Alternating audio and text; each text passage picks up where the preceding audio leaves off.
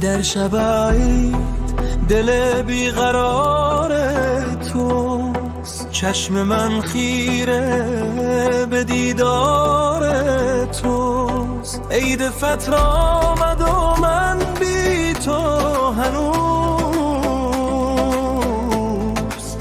دست من در طلب یاره چون تو. عید آمد و عید آمد و عید من دیدار تو.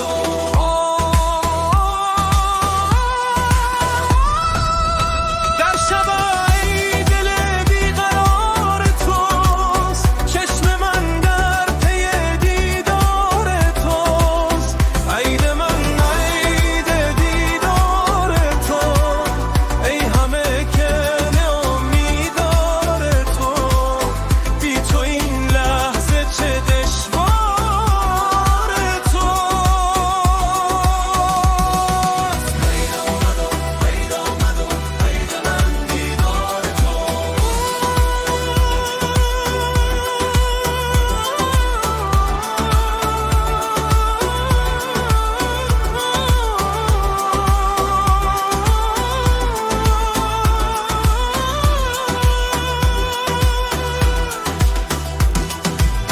لاله ها سخت بران دامن دشت، مرغ کان مست همه شاد و سرمست.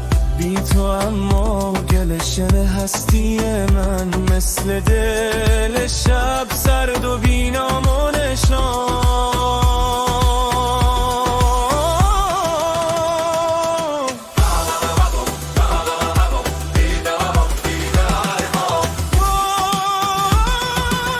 در شب عید دل بیقرار توست، چشم من در پی دیدار توست. عید من عید دیدار تو، ای همه کار امیدوار تو. بی تو این لحظه چه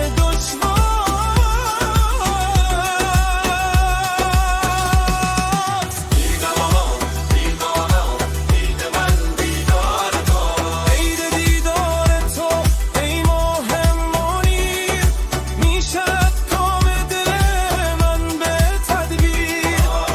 هست و مرغ قفس جان من از دوری تو، در تب شوق زنجیر و گرفتار تو.